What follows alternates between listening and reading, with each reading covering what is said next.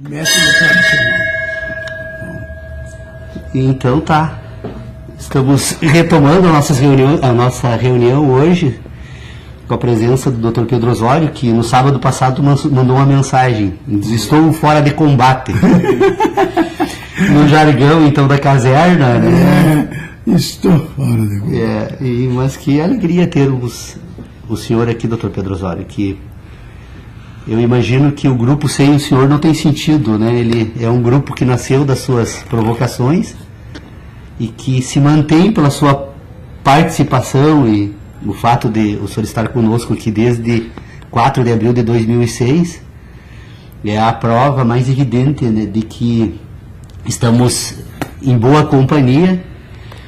E o senhor, que é um homem que acumulou durante toda a vida essa busca, essa necessidade pelo saber, demonstra que a sua presença aqui é a prova de que nós não podemos e não devemos nos acomodar jamais, e que, embora muitas vezes possamos pensar que resolvemos todos os problemas da nossa inteligência, a maioria das vezes, para não dizer na totalidade das vezes, nós, pensando um pouco melhor, vamos perceber que estávamos enganados. Então, é alegria muito grande a sua presença no grupo de estudos. Dr. Pedro Osório, da sua última participação, aliás, depois estivemos em várias oportunidades reunidos, mas do final do ano passado, então, até agora, a retomada dos estudos em 2014, e surgiram algumas outras questões que eu imagino que seriam interessantes de serem colocadas em exame, porque parece que é possível explicar as nossas discussões agora a partir de algumas outras ideias e, portanto, creio, pelo menos a mim, assim, me parece que algumas questões ganharam, usando uma linguagem figurada, obviamente, ganharam novas cores. Até porque nós estamos agora, e o próprio grupo de estudos, por praticamente todos nós que nos reunimos aqui temos uma mesma origem, né? Nós estamos de uma forma ou de outra vinculados ao nosso querido IESA, ao estudo do direito, e aí então ampliamos esse horizonte um pouco para as outras instituições, pessoas da URI, colegas da URI e de outras instituições. Nós começamos a tentar investigar também algumas questões que dizem respeito ao direito, que é o tema que o senhor vem trazendo para a nossa reflexão desde o primeiro momento. A tentativa, o grupo de estudos foi constituído quando fazíamos algumas discussões a respeito da teoria jurídica, e o fato de trazermos então essas questões para cá pode ajudar a contribuir no debate que estávamos fazendo sobre a teoria do conhecimento. Então, o que me parece assim que surgiu de novo nas nossas discussões? Passando os olhos em uma obra de direito, de teoria jurídica, que foi escrito em Viena em setembro de 1933 por Hans Kelsen. Aliás, Hans Kelsen me parece que tem uma questão muito interessante com relação à principal obra conhecida no Brasil, que é a obra de direito dele.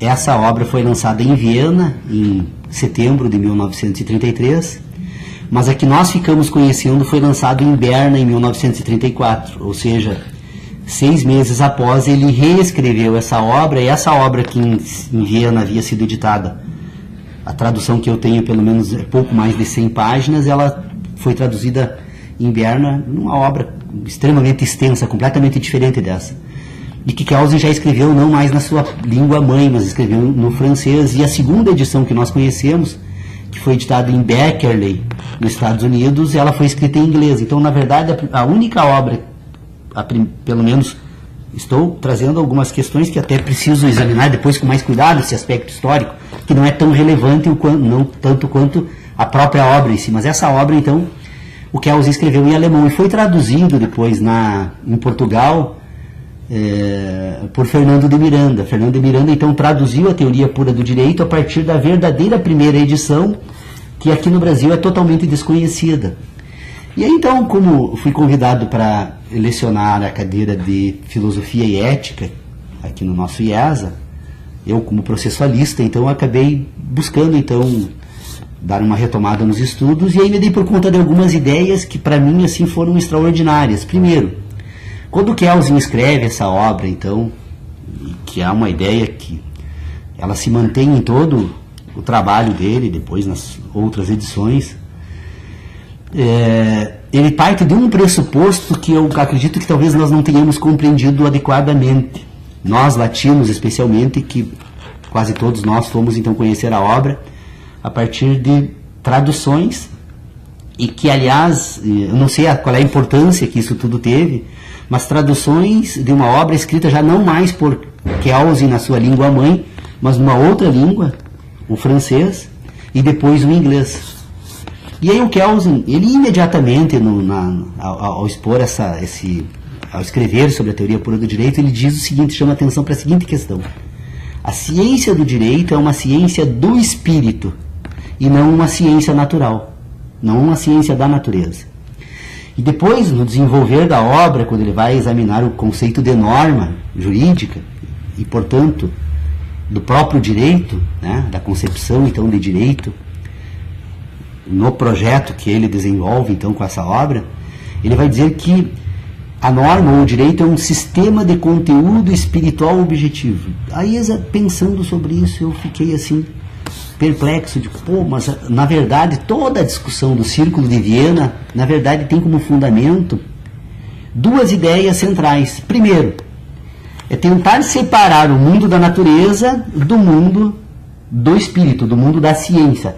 A ciência, então, ela está organizada num âmbito de inteligência que não pode ser confundido com o mundo da natureza. Porque o mundo da natureza é fenomênico. Ele se dá segundo processos naturais que o homem busca desde sempre desvendar, e quanto mais o homem investiga esses fenômenos naturais, mais ele se dá por conta de quão complexos eles são e como ele comparece neste exame com ferramentas, a palavra ferramentas não é adequada, mas com instrumentos completamente inadequados, porque ele comparece para examinar o mundo da natureza a partir das suas próprias sensações. O único instrumento que o homem tem para ingressar no mundo da natureza é o mundo que ele constrói a partir da ordenação das próprias sensações.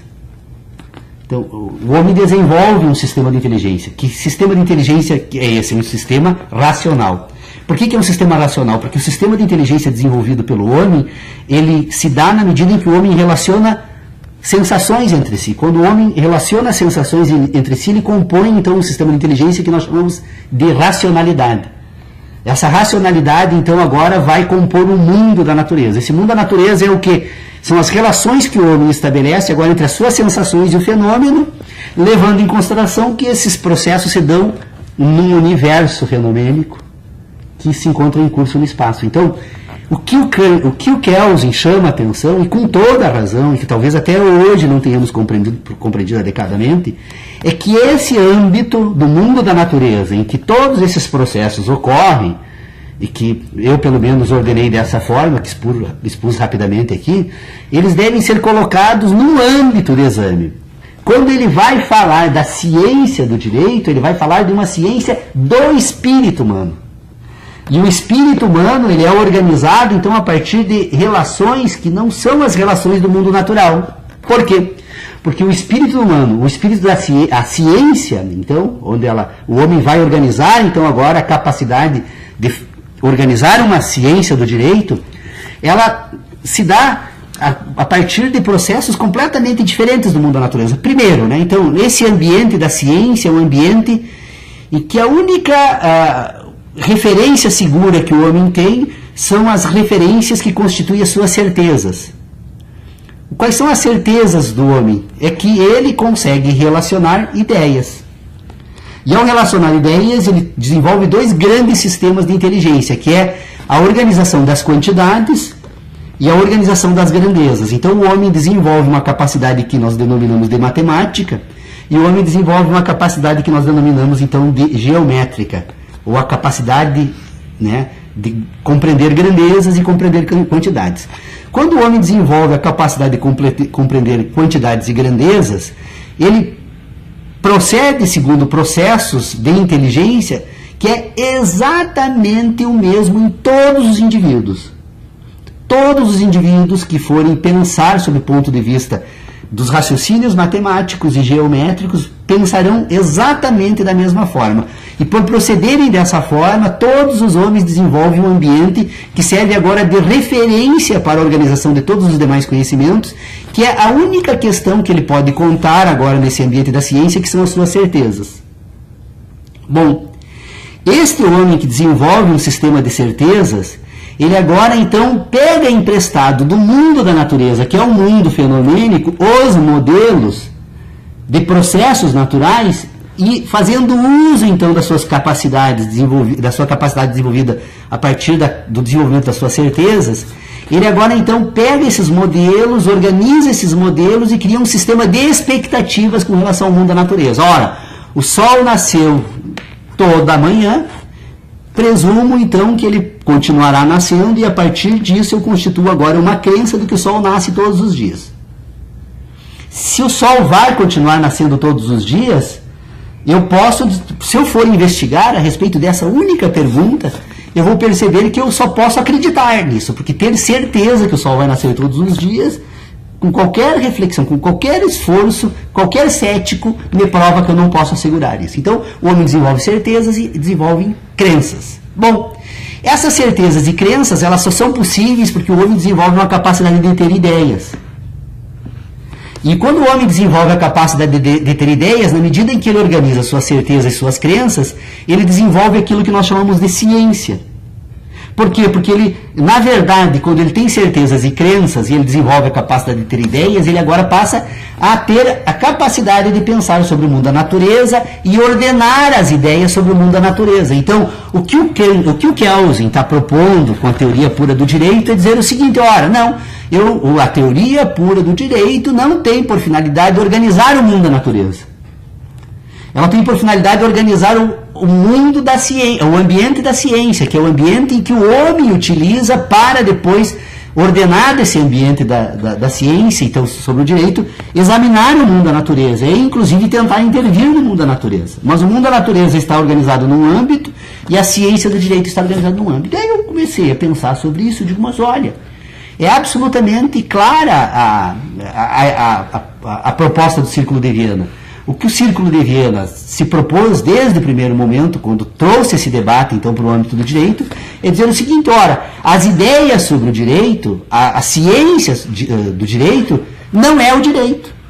Porque o direito em si ele se dá no mundo da natureza. O homem em ação, se relacionando um com o outro, celebrando negócios jurídicos, praticando atos, muitas vezes manifestando vontade, e exercendo na plenitude aquilo que move o homem no mundo da natureza, que são os seus interesses. Esse mundo espiritual agora vai qualificar esse mundo, vai dar o quê? Um conteúdo espiritual objetivo. Na medida então que eu tenho um ambiente de ciência, o ambiente da ciência do direito, na medida em que nesse ambiente eu qualifico o mundo natural, essa qualificação do mundo natural, ela compõe então um sistema objetivo para esse espírito. Mas continua sendo apenas um sistema de conteúdo espiritual. A objetividade que esse ambiente busca, emprestada do mundo da natureza, ela serve apenas como modelo. Então, quando o direito diz que determinada conduta humana é contrária ou de acordo com o direito, é porque esse ambiente espiritual científico, então, ele ganhou objetividade. Então, todo o esforço da ciência do direito não é para compreender o mundo da natureza, porque o mundo da natureza, quem nos faz compreender são as demais ciências do mundo da natureza, que agora vão dar objetividade também a esse mundo natural, para compor um espírito também de conteúdo espiritual objetivo, mas da natureza em si. Então, nós temos a possibilidade de perceber, então, que o ambiente então do direito que ganha um conteúdo espiritual objetivo, ele se organiza a partir de pressupostos completamente diferentes de todas as críticas que fazem ao Kelsen. Quando alguém acusa Kelsen de ter contribuído com o nazismo, quando alguém acusa Kelsen de ter contribuído com a ditadura na União Soviética, com a ditadura em Cuba, ou com a ditadura em partes, ou seja, que a ciência política se apropria das ideias de Kelsen para se justificar, o objetivo dele nunca foi esse, tanto que ele sempre disse, e ele já inicia, quando fala das polêmicas que ele travou com os demais teóricos do direito de sua época, ele dizia o seguinte, olha, que a ele não interessa discutir a política do direito, o que interessa a ele é discutir a ciência do direito. Então eu só queria chamar a atenção disso porque eu acredito que esse debate, ou seja, o fato de trazermos as nossas discussões agora para um âmbito, não mais apenas a teoria do conhecimento, mas trazermos as nossas discussões para um âmbito agora de uma ciência aplicada, como o direito, né? Talvez dê a possibilidade de colocarmos um pouco mais às claras algumas ideias que vêm sendo discutidas aqui e que, infelizmente, muitas vezes não conseguimos colocar com clareza suficiente essas ideias para que elas possam ser entendidas. Porque o grande problema de todos nós é que nós imaginamos que podemos entender as coisas pegando a inteligência emprestada dos outros, quando na verdade todo esforço nosso deve ser para colocar em ordem a nossa inteligência. Ora, se eu não domino a minha inteligência, que está sob o meu controle, sobre a minha racionalidade, sobre todo um sistema orgânico que me permite, pelo menos, buscar certas referências para utilizá-la, como quem me assegura, aliás, o absurdo que é qualquer pessoa pensar que, não conseguindo dominar a própria inteligência, ainda vai desenvolver habilidades e competências para dominar a do outro, que está completamente fora de qualquer competência, né, do indivíduo. E aí, doutor Pedro Osório, estava me dando por conta, bom, se Kelsen diz que a ciência do direito é uma ciência do espírito, nós podemos agora, e se o direito, né, ele agora depois pode ser examinado a partir de outras abordagens, né, que levam em consideração então essas ideias, eu fiquei pensando, bom, mas se a ciência do direito é uma ciência do espírito, quando nós vamos examinarmos as instituições do Estado, as instituições humanas, nós vamos perceber que, na verdade, todas as instituições humanas, elas não são instituições naturais. São instituições que se dão a partir do espírito humano. O próprio Estado é o Estado que é a partir daquilo que nós pensamos que ele é. Porque o Estado não é dotado de objetividade. Embora o Estado esteja investido por indivíduos que exercem funções e cargos a partir de certas ideias que nós constituímos, e uma das ideias é o próprio direito, né, nós vamos perceber que boa parte dessas instituições elas têm apenas um conteúdo espiritual objetivo. Na medida em que eu dou objetividade ao espírito, eu componho não apenas o direito, não apenas a ciência, mas o próprio Estado e todas as demais instituições humanas. Então essa separação entre ciência e mundo natural, ela nos permite daí então ingressarmos nas discussões que já vemos fazendo aqui, para dizer o seguinte, doutor Pedro Osório, que cada vez eu me convenço mais que eu estou absolutamente certo quando eu trago para as nossas discussões aqui, não sem um pouco de discordância e polêmica, né, da necessidade de separarmos então conhecimento e ideia. Eu agora então eu dou um passo adiante nessa separação para dizer o seguinte, é necessário separar conhecimento e ciência. Por que eu preciso separar conhecimento e ciência?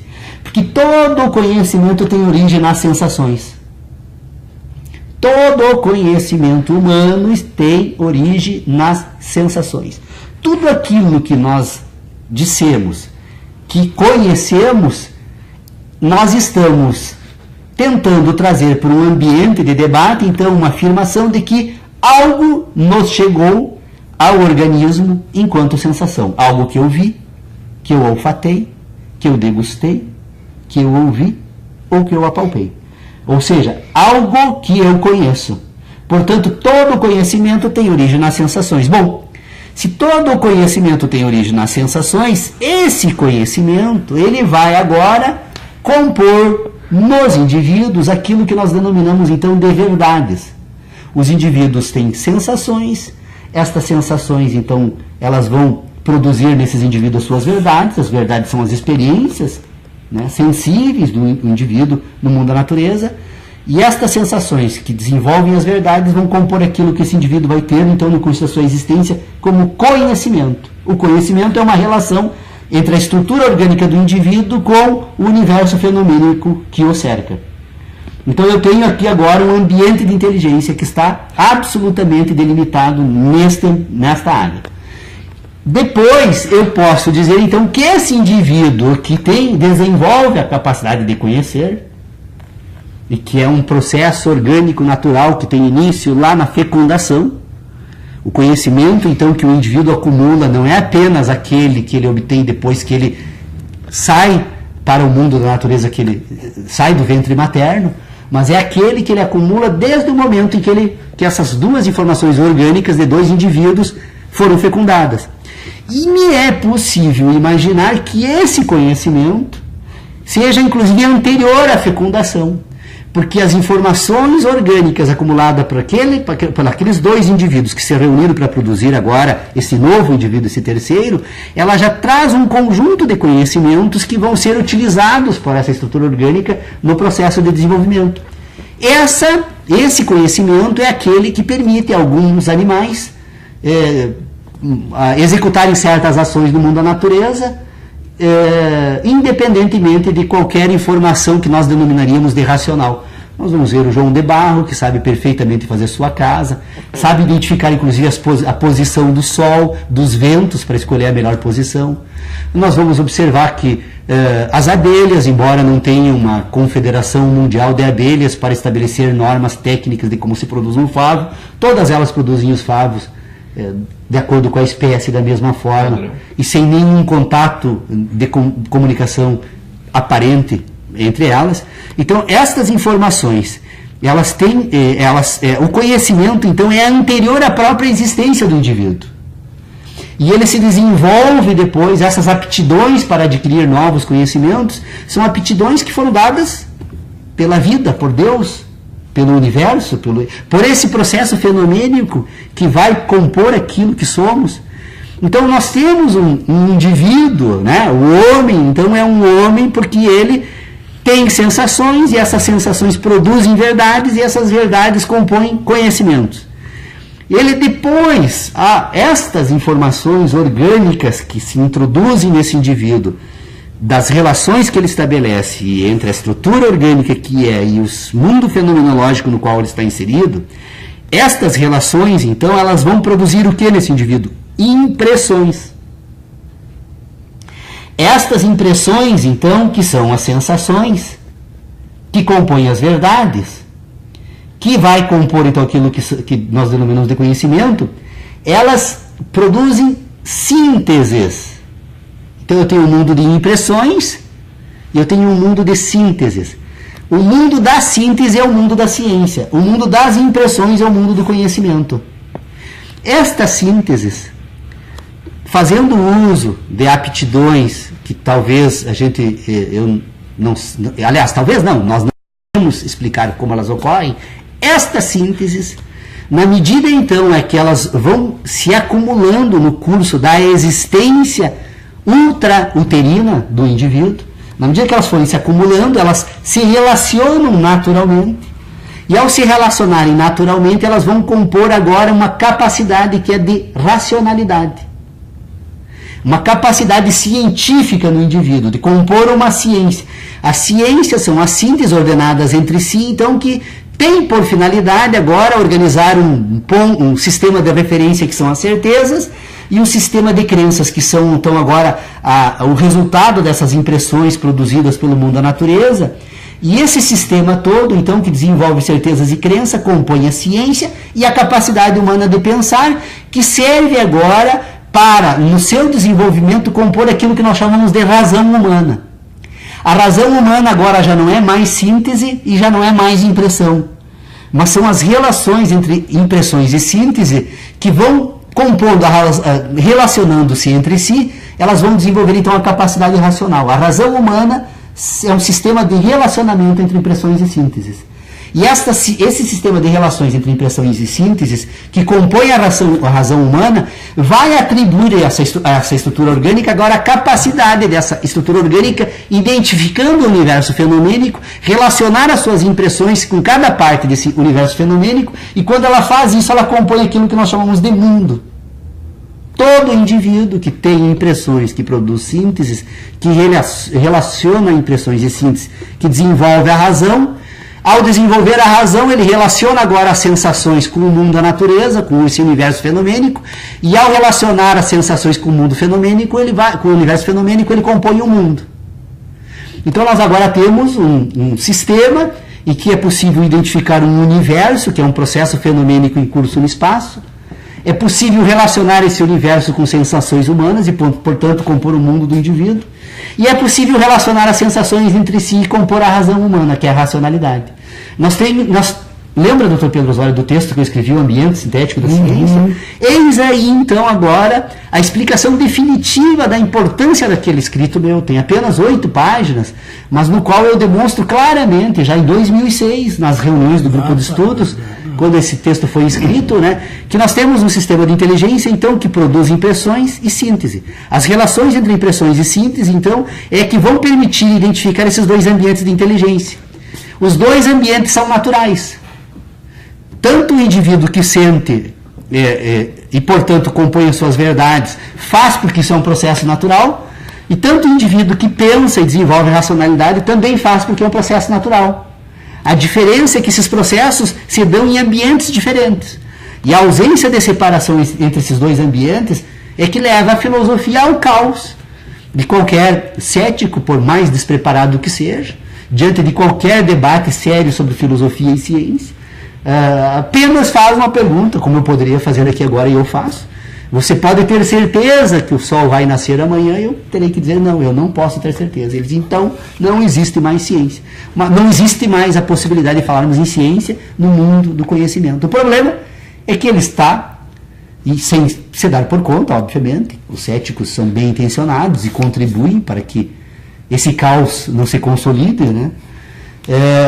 Na verdade, eles não se dão por conta que eles estão se enganando e muito mais ainda enganando os outros. Por quê? Porque quando você faz esse tipo de pergunta, certezas sobre conhecimentos, você está tratando com dois sistemas de inteligência e é óbvio que um sistema não pode ser trocado pelo outro. Ora, conhecimento é um processo fenomênico, natural, orgânico, que se dá porque o homem é um processo fenomênico, natural e orgânico e se relaciona nesse universo fenomênico, e ele acumula conhecimentos porque tem relacionamentos que se estabelecem dentro desse sistema, e o homem também é um processo natural e orgânico que, por produzir sínteses,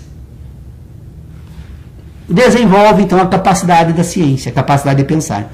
Só que pensamento, ou estas sínteses, são sínteses, e processos fenomênicos são processos fenomênicos. Os processos fenomênicos, eles sempre chegam à estrutura orgânica de forma parcial, absolutamente parcial, desatualizados, e que não representam nem de longe o fenômeno em si. Por quê? Porque o homem comparece para esse universo de conhecimento com apenas 5 sentidos exógenos, que se projetam então para fora desse organismo, e 2 endógenos. E estes 7 sentidos humanos, nem de longe podem ser confundidos os sentidos com o mundo, com o universo, com os fenômenos, que, obviamente, se apresentam de maneiras de formas tão distintas, que muitas delas, provavelmente, estejamos aqui imersos num sistema fenomenológico tão complexo e extraordinário, que jamais as nossas sensações vão permitir que tenhamos ideias dele. Então, é isso que eu gostaria de lhe atualizar, meu mestre. Porque, me lhe dizer que gostaríamos muito de contar com a sua... O senhor, aliás, disse um dia que o senhor estava com 90 anos e que todos nós, obviamente, um dia teremos um fim orgânico, né? E o senhor não gostaria de partir sem pôr em ordem esta grande questão que diz respeito à teoria do conhecimento. Então eu vou lhe dizer uma coisa, eu só não vou, pelo menos, me esforçar muito para resolver por completo, né? Porque enquanto nós não resolvermos, o senhor estará aqui conosco, aí eu tenho certeza, lutando para esse fim. Mas essa então a atualização das nossas discussões, que acredito que estamos tentando agora então trazer para um âmbito de aplicação daquelas ideias de direito. Então é essa tentativa, né? Eu acredito que vai trazer grandes contribuições, porque podemos agora também trazer a psicologia para examinar sobre essa abordagem, né?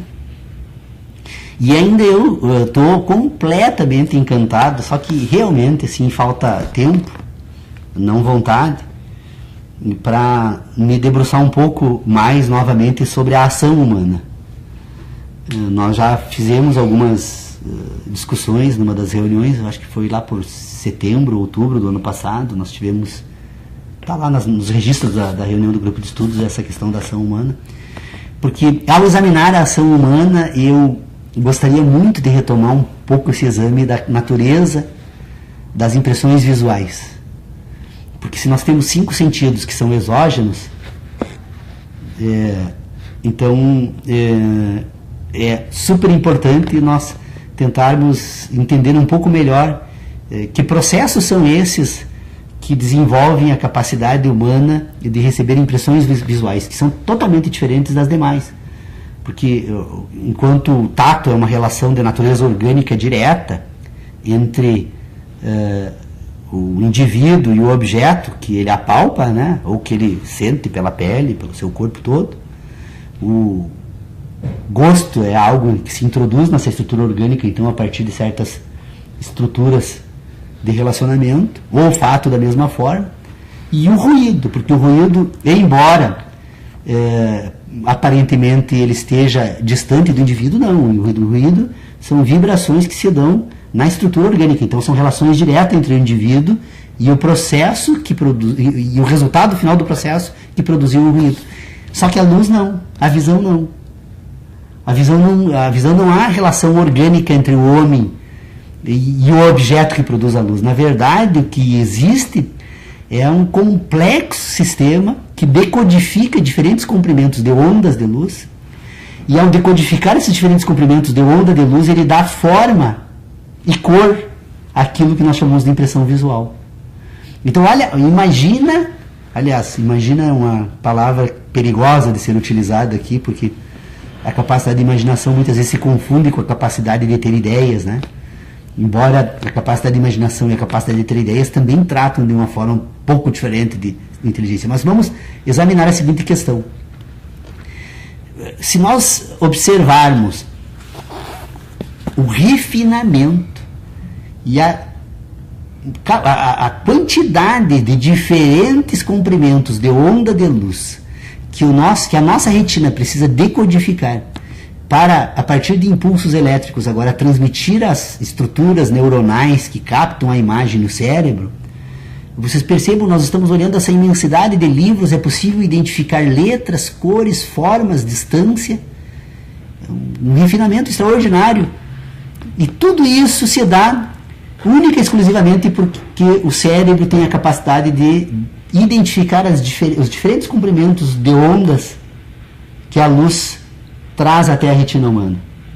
E isso ainda tem algumas implicações extraordinárias, porque se nós formos examinar essa questão, nós vamos perceber que a física, a ciência humana, ou pelo menos o resultado dos conhecimentos que produz aquilo que nós chamamos de ciência humana, ela precisa levar em consideração, quando trata das impressões visuais, de que, embora sendo o processo que se desenvolve de forma mais rápida no universo, sob o ponto de vista das impressões humanas, então da organização das sensações, nós vamos perceber que a luz, assim mesmo, ela precisa de uma escala, ela precisa de que esse processo fenomênico no espaço lhe dê, se desenvolva uma parcela dele até que ela se projeta entre a emissão da fonte de luz e a retina humana. Então, por exemplo, estrelas que nós identificamos como posicionadas numa determinada referência geográfica do universo,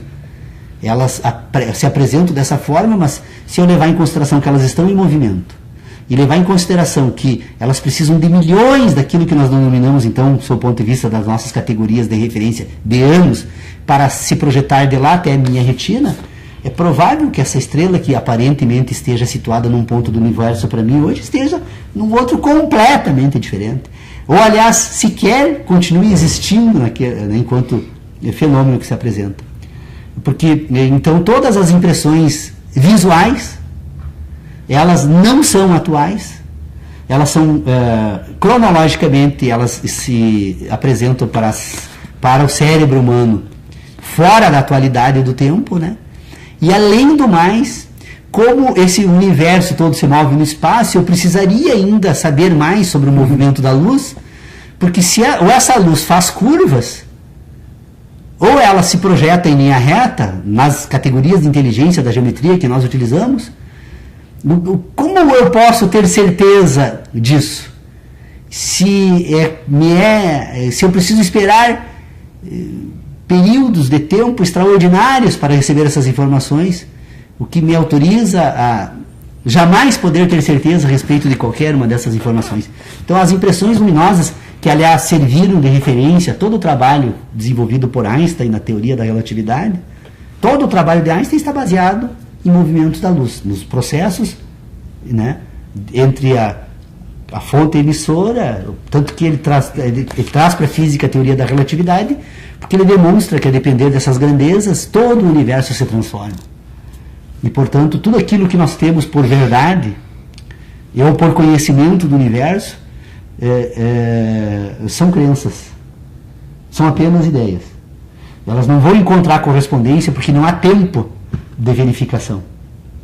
Que, aliás, o tempo também é uma outra categoria de inteligência que nós precisamos um dia retomar esse debate. Porque o tempo em si não é uma categoria de inteligência e não é uma categoria da física. O tempo é uma referência que o homem utiliza, porque como ele percebe esse processo em curso no espaço, e como esse processo está permanentemente em movimento, eu preciso agora fazer uso de parte desse movimento para dividir então esses processos e organizar então a minha inteligência. A prova disso está dada agora recentemente, lendo algumas curiosidades. Muitas informações sérias às vezes passam como fatos pitorescos, e fatos pitorescos, fatos pitorescos são informações sérias e vice-versa, né? Eu que nunca dei muita importância para a astronomia, para a astrologia, aliás, desculpe, errei o termo, eu lendo sobre o assunto agora, uma matéria jornalística, foi demonstrado de que a astrologia, como ela foi toda ela desenvolvida 3.000 anos antes de Cristo, e como toda a astronomia utilizada pela astrologia estava organizada naquela época de uma certa forma, hoje, se nós formos voltar para esse universo da astrologia, buscando informações da astronomia, os astros não estão mais nos mesmos lugares. Ou seja, o universo nunca é o mesmo. O universo de agora jamais vai se repetir. E nós jamais vamos poder prever o universo do futuro. Nós podemos, a partir de certas referências que temos, e de uma parcela muito insignificante desse universo todo, que é a que ocupamos nesse espaço, podemos estabelecer algumas expectativas. Mas o ciclo desses movimentos, e o ciclo, porque na verdade, Dr. Pedro Osório, o senhor deve estar lembrado, isso é uma questão que não custa nada nós relembrarmos aqui, que foi uma provocação para pensar até feita pelo Lucas, um dia que vínhamos de São Miguel, ele largava uma chave dentro do carro que caía no seu colo e ele dizia: pai, que coisa estranha, o carro anda a 80 km por hora, eu obedeço a legislação de trânsito, o carro está a 80 km por hora e, no entanto, a chave cai em linha reta. Eu disse: não, meu filho, a chave cai em linha reta porque você está em movimento junto com o carro, porque se você saísse para o lado de fora do carro, você ia perceber que essa chave, na verdade, faz um movimento, né, que cai no sentido vertical e também horizontal. Então, você só não percebe porque se move junto com ela. E aí, nós acabamos depois conversando, levando essas discussões adiante, de mas espera aí, nós estamos ainda completamente enganados. Porque eu não estou levando em consideração que a Terra está girando em torno do próprio eixo. Então, se eu colocasse esse observador agora fora da Terra, a chave cairia no sentido vertical, horizontal e para a direita. Ah, mas espera aí, mas nós ainda não estamos examinando esse movimento de forma adequada. Porque se eu retirar agora ele para fora do sistema solar, nós vamos perceber que a Terra se move em torno do Sol, e portanto a chave não cai apenas na vertical, horizontal e para a direita, mas num sentido também que eu poderia denominar de elíptico. Mas se eu retiro ele fora do sistema solar, o Sol também está em movimento. Então eu pergunto o seguinte: é possível falar de movimento sem levar em consideração todas essas variáveis? Seria possível o homem imaginar o universo sem colocar essas considerações todas em análise? Então me parece que é muito mais fácil imaginar que a chave está parada e que se move todo o universo.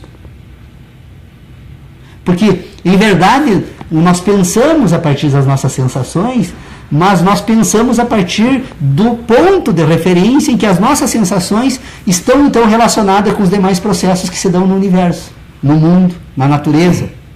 E, portanto, nós jamais vamos poder então imaginar que seja possível estabelecer critérios rigorosamente, como se diz, científicos, que permitam ter certeza sobre esses processos naturais. Porque eles são sempre relacionais. Todo sistema de inteligência é um sistema relacional.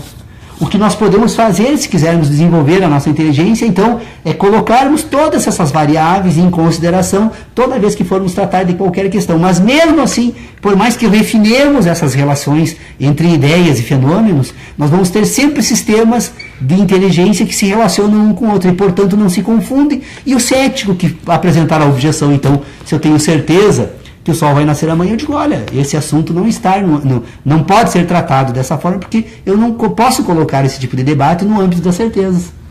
Porque o âmbito das certezas entra então aí para encerrar, e me desculpe essa minha... Não, tá bem. Vamos. Na verdade, eu acabo pedindo para falar uns minutos e falo o tempo todo, mas eu penso o tempo todo sobre isso também, então, portanto, cada vez que eu trago para as nossas reuniões, eu espero não estar me repetindo muito, porque, na verdade, eu estou tentando novamente examinar outras questões que precisaríamos de uma vida toda para colocar todas as questões em exame, né?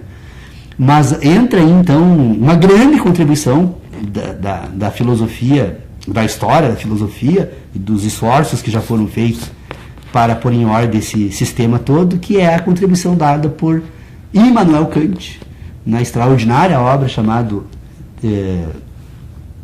Crítica da Razão Pura, em que ele vai demonstrar então que nós temos juízos sintéticos. Aliás, juízo sintético é uma redundância, né? Nós temos juízos, porque nós temos impressões, que são sensações, e nós temos juízos, que são sínteses, né?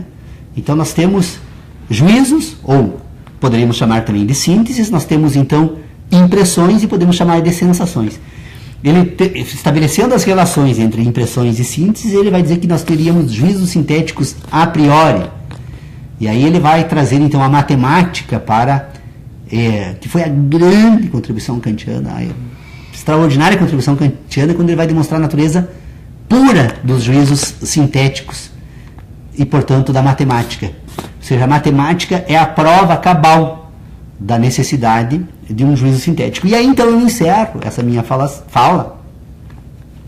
breve fala, sobre essa questão toda, e dizendo o seguinte, que o mundo do conhecimento, que são o mundo das sensações, que são o mundo das impressões, que é o mundo das verdades, nós temos, então, o mundo da ciência, que é o mundo da síntese, né? Que é o mundo que nós poderíamos... Mundo, agora, usando, então, porque assim, o mundo é uma categoria utilizada. Nós temos, então, um ambiente... O ambiente da ciência é um ambiente metafísico.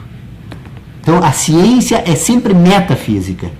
A ciência sempre é sintética. A ciência se dá no âmbito das ideias, por isso, metafísico. Embora orgânico esse processo, mas ela é metafísico porque ela é um mundo de representações e não um mundo de sensações. O mundo de representações, ele é um mundo, o ambiente, vamos utilizar a expressão que é adequada, então, o ambiente das representações, que é o ambiente da ciência, que é metafísico, é da síntese. Esta síntese agora, então, ela pode ser o quê? Ela pode ser uma síntese pura ou pode ser uma síntese impura. Por que impura? Porque ela está buscando emprestado do mundo da natureza as referências para ganhar objetividade, para se transformar num sistema de conteúdo espiritual objetivo. Por isso que este ambiente sintético impuro, ele é o ambiente de conteúdo espiritual objetivo. Ele é impuro porque busca na natureza, então, impressões por empréstimos para agora, então, se constituir enquanto sistema de inteligência. É mais ou menos isso que eu gostaria, assim, de ter colocado em análise aí do grupo de estudos, porque esse período aí de recesso aí me pôs a pensar um pouco mais, e eu acredito que cada vez mais essa delimitação. Então agora eu gostaria muito de um dia nós também pudéssemos voltar a discutir um pouco a crítica à metafísica, né? Todos os teóricos da atualidade, eles têm um ponto em comum: são ferrenhos opositores da metafísica. E, no entanto, eles só fazem isso porque a metafísica lhes permite, né? A capacidade de pensar. Fazem uso da capacidade de pensar para criticar a capacidade de pensar. E dizer que não serve para nada, que a metafísica é responsável por esse caos. Claro, se as ideias são caóticas, o caos se dá no seu auto-reconhecimento, né? Então, o esforço metafísico é de ordenação. E sempre colocando em evidência os limites da metafísica, porque a ciência, ela é sintética e o conhecimento é resultado de impressões. Então, separar esses dois ambientes de inteligência é um esforço muito difícil. Descartes levou 10 anos. No discurso sobre o método, que ele relata a experiência que teve quando se deu por conta de que era impossível organizar uma ciência no mundo das ideias, no ambiente das ideias. Ele diz, então, por quê? Porque toda vez que ele fazia qualquer exame, ele imediatamente era assaltado pela dúvida. Todo o esforço dele, levou 10 anos, foi então para se livrar do mundo da natureza, para então identificar nesse ambiente de inteligência o que restava depois disso, né? E ele só resta a capacidade de pensar e, portanto, de duvidar. A capacidade de ter dúvida, ela só é possível porque é possível pensar. Os animais não duvidam de nada, né? Eles agem e reagem a partir de um sistema de inteligência baseado em conhecimentos. Os animais têm conhecimento, tanto que constroem casas, né? Seria uma estupidez não reconhecer um conhecimento ali. O que eles não têm é a capacidade de ter dúvida, de pensar ou de produzir sínteses. E aí o nosso colega Ademir, que esteve na última reunião, nos trouxe uma grande pista para essa reflexão, que ele estava falando então do cérebro reptiliano, o cérebro pós-reptiliano, que ele chama de límbico, né? Foi isso? Quem esteve na reunião? Eu realmente não é um assunto dos meus estudos. E depois o cérebro humano. Ele diz que no primeiro momento prevalecem os instintos de sobrevivência, pura e simplesmente. No segundo momento já entra a capacidade de afeto, as relações familiares. No terceiro momento, que é o homem, então, que entra a capacidade de pensar. Mas nesses 3 ambientes, eu não tenho a menor dúvida que existem conhecimentos orgânicos, naturais, necessários para que essas estruturas se mantenham vivas, mas existem conhecimentos. Agora, a capacidade de ter ideias ainda, por enquanto, o que nos foi dado conhecer é apenas do homem, né? Embora existam estudos aí apontando outras questões que precisam ser examinadas aí, que obviamente não seria a nossa. E então, Dr. Pedro Osório, podemos tentar voltar a trazer o grupo de estudos pensando o direito lá na faculdade, né? Sim. Eu estive numa reunião lá agora do nosso núcleo lá, aliás, o senhor estava presente lá quando foi falado da possibilidade de criar grupo de estudos. Eu acho que o Pensando o Direito é um grupo interessante, porque eu acho que investigar os propósitos do Círculo de Viena e examinar especialmente essa obra de Hans Kelsen sobre a teoria pura do direito, que é uma tentativa de fazer uma ciência do direito, então talvez possa trazer grandes contribuições para o estudo do direito, porque os nossos alunos lá que estudam, temos 2 aqui, a Janaína e o Guilherme, né? Paulo já formado, pós-graduado, né? Mas também sempre estudando. Há uma grande confusão aí na dogmática jurídica, imaginando que estudar direito é estudar leis. E, na verdade, estudar direito é estudar as ideias sobre o direito, estudar a ciência do direito, ordenar o espírito humano para que ele possa depois não apenas estudar as leis, mas também entender o mundo, a natureza em que a ciência do direito incide. Porque se eu não consigo entender o mundo, que dá objetividade ao espírito que vai compor a ciência do direito, de que forma eu vou me voltar agora para uma tentativa de sistematização desse sistema, que são as normas jurídicas? O propósito das normas jurídicas é dar disciplinar então esse ambiente de conteúdo espiritual objetivo, para permitir então que o indivíduo, objetivando então agora, esse espírito possa se voltar para o mundo da natureza e dizer que as condutas humanas estão de acordo com esse sistema ou não. A norma então é um propósito de ordenação do mundo da natureza. E se eu não consigo entender o mundo da natureza porque não desenvolvi a capacidade objetiva espiritual, eu não entendo nem o mundo nem a norma. E aí é o caos, que aliás é o que vivemos hoje, né? O mundo, boa parte da crise das instituições humanas, elas se refletem por uma crise das ideias sobre o mundo e sobre as instituições humanas. Então, quanto mais caótico esse ambiente esse sistema espiritual objetivo, mais caótica serão as relações entre o homem e o mundo da natureza, porque ele perde no mundo das ideias referências de ordenação do espírito e, portanto, de ordenação do próprio mundo. Então, na verdade, a crise do Estado não é a crise da instituição Estado em si, mas ela é a crise das ideias sobre o Estado. Porque esse sistema de inteligência natural que compõe a ideia de Estado no plano da natureza, ela está entrando em conflito entre aquilo que os indivíduos constituíram enquanto ideias e aquilo que se dá no plano da natureza pela ação das instituições políticas representativas e assim por diante. E aí, que elas também são responsáveis pela solução de parte desses conflitos. Sim, organizar as ideias é resolver 99% dos problemas. Porque, na verdade, você organizando as ideias, você organiza as ações humanas e, portanto, você consegue encontrar critérios de ordenação. Nós não temos mais critérios de ordenação. A crise levou a um sistema que está prestes, se já não ruiu por completo, né?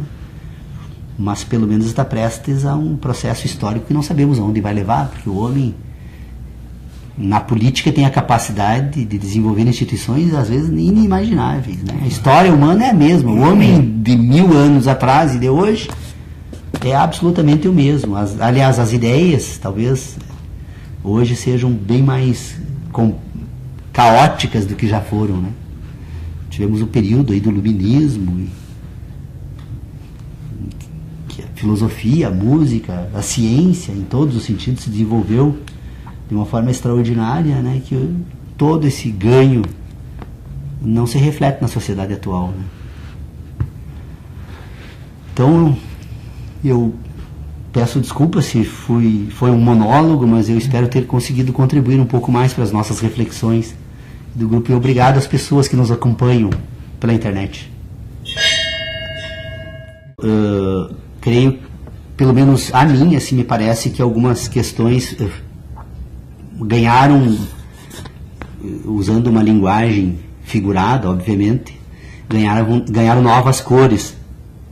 Até porque nós estamos agora, e o próprio grupo de estudos, por praticamente todos nós que nos reunimos aqui, temos uma mesma origem, né? Nós estamos, de uma forma ou de outra, vinculados ao nosso querido IESA, ao estudo do direito, e aí então ampliamos esse horizonte um pouco para as outras instituições, pessoas da URI, colegas da URI e de outras instituições. Nós começamos a tentar investigar também algumas questões que dizem respeito ao direito, que é o tema que o senhor vem trazendo para a nossa reflexão desde o primeiro momento. A tentativa, o grupo de estudos foi constituído quando fazíamos algumas discussões a respeito da teoria jurídica, e o fato de trazermos então essas questões para cá pode ajudar a contribuir no debate que estávamos fazendo sobre a teoria do conhecimento. Então, o que me parece assim que surgiu de novo nas nossas discussões?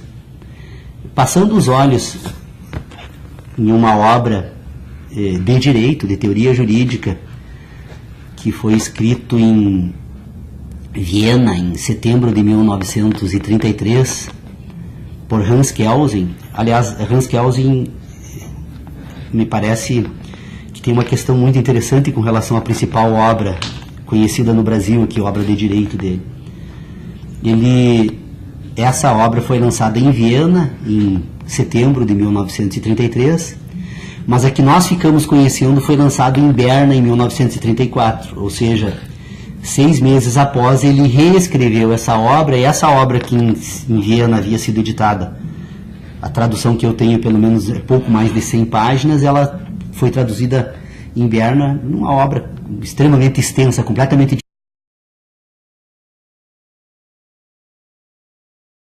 método tradicional. Então tá, estamos retomando a nossa reunião hoje com a presença do Dr. Pedro Osório, que no sábado passado mandou uma mensagem: estou fora de combate. No jargão então da caserna, né? Estou fora de combate. Mas que alegria termos o senhor aqui, Dr. Pedro Osório, que eu imagino que o grupo sem o senhor não tem sentido, né? Ele é um grupo que nasceu das suas provocações e que se mantém pela sua participação, e o fato de o senhor estar conosco aqui desde 4 de abril de 2006 é a prova mais evidente, né, de que estamos em boa companhia.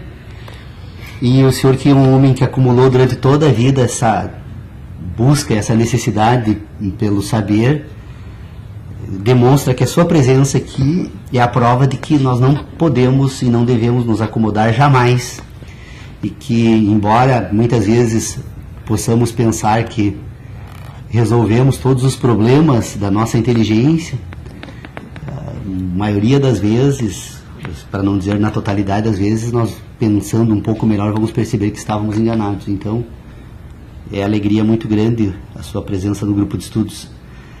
Dr. Pedro Osório, da sua última participação, aliás, depois estivemos em várias oportunidades reunidos, mas no final do ano passado, então, até agora, a retomada dos estudos em 2014, e surgiram algumas outras questões que eu imagino que seriam interessantes de serem colocadas em exame, porque parece que é possível explicar as nossas discussões agora a partir de algumas outras ideias, e, portanto, no projeto que ele desenvolve, então, com essa obra, ele vai dizer que a norma ou o direito é um sistema de conteúdo espiritual objetivo. Aí, pensando sobre isso, eu fiquei assim, perplexo, de mas na verdade toda a discussão do Círculo de Viena, na verdade, tem como fundamento 2 ideias centrais. Primeiro, é tentar separar o mundo da natureza do mundo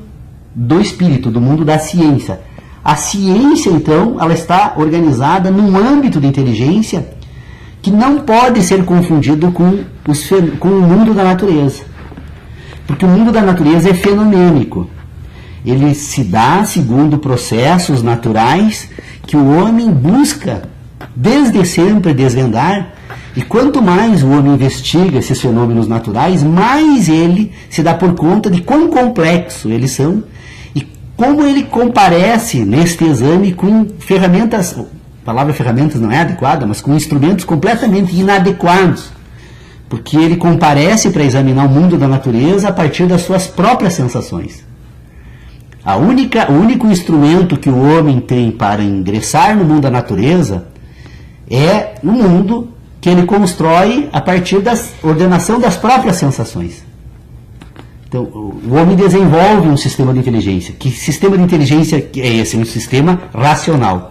Por que é um sistema racional? Porque o sistema de inteligência desenvolvido pelo homem, ele se dá na medida em que o homem relaciona sensações entre si. Quando o homem relaciona as sensações entre si, ele compõe então um sistema de inteligência que nós chamamos de racionalidade.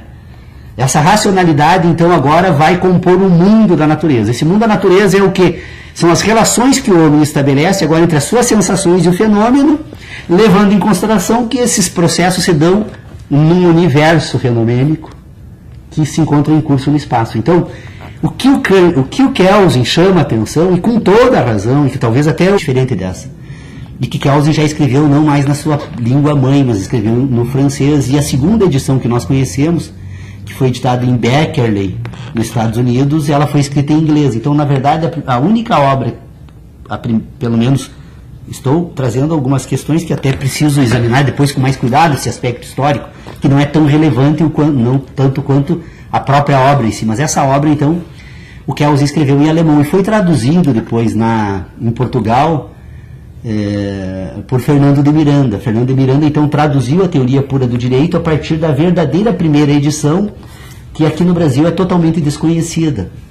E aí, então, como fui convidado para lecionar a cadeira de Filosofia e Ética, aqui no nosso IESA, eu como processualista, então, acabei buscando, então, dar uma retomada nos estudos, e aí me dei por conta de algumas ideias que, para mim, assim, foram extraordinárias. Primeiro, quando Kelsen escreve essa obra, então, que é uma ideia que ela se mantém em todo o trabalho dele, depois nas outras edições, ele parte de um pressuposto que eu acredito que talvez nós não tenhamos compreendido adequadamente. Nós, latinos, especialmente, que quase todos nós fomos, então, conhecer a obra a partir de traduções, e que, aliás, eu não sei qual é a importância que isso tudo teve, mas traduções de uma obra escrita já não mais por Kelsen na sua língua mãe, mas numa outra língua, o francês, e depois o inglês. E aí o Kelsen, ele imediatamente, ao expor ao escrever sobre a teoria pura do direito, ele diz o seguinte, chama atenção para a seguinte questão: a ciência do direito é uma ciência do espírito, e não uma ciência natural, não uma ciência da natureza. E depois, no desenvolver da obra, quando ele vai examinar o conceito de norma jurídica, e, portanto, do próprio direito, né, da concepção, então, de direito, hoje não tenhamos compreendido adequadamente, é que esse âmbito do mundo da natureza, em que todos esses processos ocorrem, e que eu, pelo menos, ordenei dessa forma, que expus rapidamente aqui, eles devem ser colocados no âmbito do exame. Quando ele vai falar da ciência do direito, ele vai falar de uma ciência do espírito humano. E o espírito humano, ele é organizado, então, a partir de relações que não são as relações do mundo natural. Por quê? Porque o espírito humano, o espírito a ciência, então, onde o homem vai organizar, então, agora a capacidade de organizar uma ciência do direito, ela se dá a partir de processos completamente diferentes do mundo da natureza. Primeiro, né, então, esse ambiente da ciência é um ambiente em que a única referência segura que o homem tem são as referências que constituem as suas certezas. Quais são as certezas do homem? É que ele consegue relacionar ideias. E ao relacionar ideias, ele desenvolve dois grandes sistemas de inteligência, que é a organização das quantidades e a organização das grandezas. Então o homem desenvolve uma capacidade que nós denominamos de matemática, e o homem desenvolve uma capacidade que nós denominamos então de geométrica, ou a capacidade, né, de compreender grandezas e compreender quantidades. Quando o homem desenvolve a capacidade de compreender quantidades e grandezas, ele procede segundo processos de inteligência que é exatamente o mesmo em todos os indivíduos. Todos os indivíduos que forem pensar sob o ponto de vista dos raciocínios matemáticos e geométricos pensarão exatamente da mesma forma. E por procederem dessa forma, todos os homens desenvolvem um ambiente que serve agora de referência para a organização de todos os demais conhecimentos, que é a única questão que ele pode contar agora nesse ambiente da ciência, que são as suas certezas. Bom, este